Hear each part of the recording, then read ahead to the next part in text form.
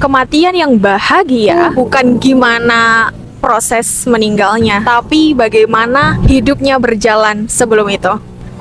Morning, suara Aulia, talk to you here. BTW, aku habis zumba. Beberapa mood, kita semprot parfum dulu. Ketemu lagi sama Aulia di Ngopi-Ngobrol.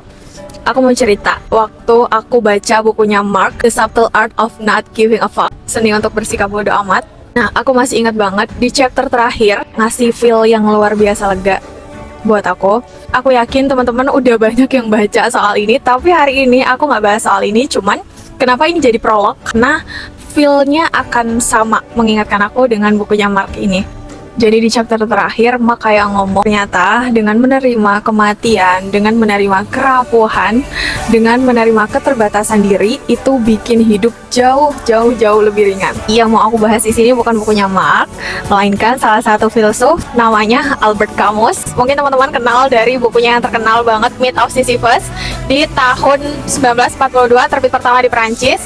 Cuman sebenarnya di tahun 1936 sampai 1938 dia tuh sudah nulis salah satu skrip buku yang nggak diterbitkan, baru diterbitkan 1971, which is itu 11 tahun setelah dia meninggal. Nulis buku Sisyphus setelah dia merasakan kesadaran dan cara berpikirnya yang ada di buku ini. Bukunya judulnya adalah Happy Death.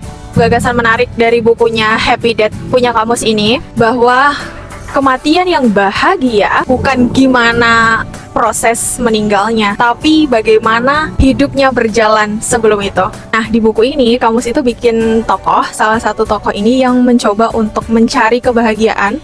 Ternyata dia menemukan kebahagiaan itu bukan dari yang looknya dari luar sempurna, sepertinya ideal, tapi justru dia menemukan kebahagiaan yang lahir dari kesadaran dan pemikirannya.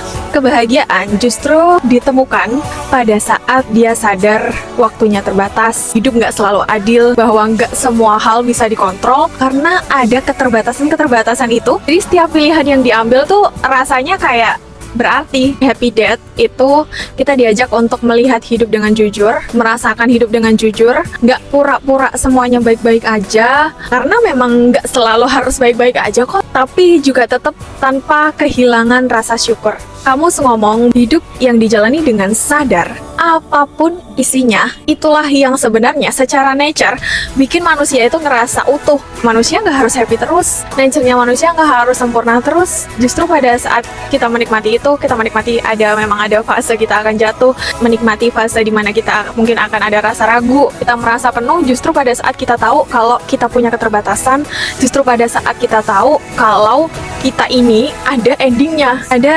persamaan antara Mark dan Camus dari bukunya mereka justru ngajak kita untuk bebas duluan. Karena mereka sama-sama ngalamin persamaan, jadi mereka mengingat hal itu atau sampai di level itu adalah pada saat mereka lagi di fase hancur-hancurnya. Tapi dengan mereka menulis buku ini, dengan kita baca duluan buku ini, kita bisa dapet kacamata sadar itu duluan, tanpa kita harus hancur. Kalau kamu lebih menekankan pada penciptaan proses dan rasa bahagia sesuai porsi kita masing-masing, Mark ngajarin dan ngingetin kalau kita tuh nggak bisa berdiri atau menjalankan so many expectation in the world, bahwa kita tuh nggak bisa mengabulkan seluruh ekspektasi, kita nggak punya energi sebesar itu untuk hidup ideal yang diharapkan atau mungkin yang dilihat orang-orang sempurna. So just go on. Ayo kita jalan on your own way. Selama kita tahu apa yang kita jalankan itu benar, kita tidak merugikan siapapun, kita tidak melanggar aturan.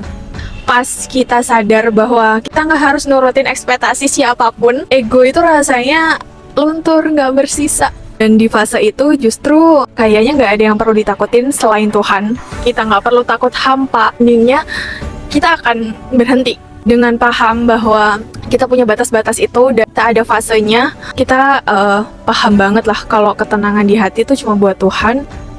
Pengen nangis. Sekali lagi kita dibawa ingat kalau cuma Tuhan yang sempurna. Kita tuh ada masanya. Tuhan gak pernah ngajarin kita berbangga, tapi Tuhan selalu ngajarin kita bersyukur. Supaya apa sebenarnya? Supaya kita nggak hilang di sini. Bersyukur banget aku ada di fase ini dalam hidup.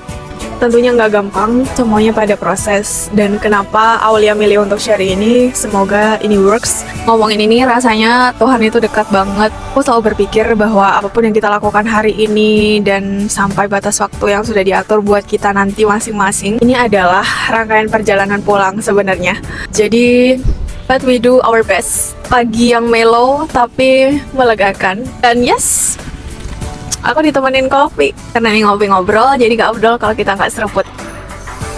Cheers!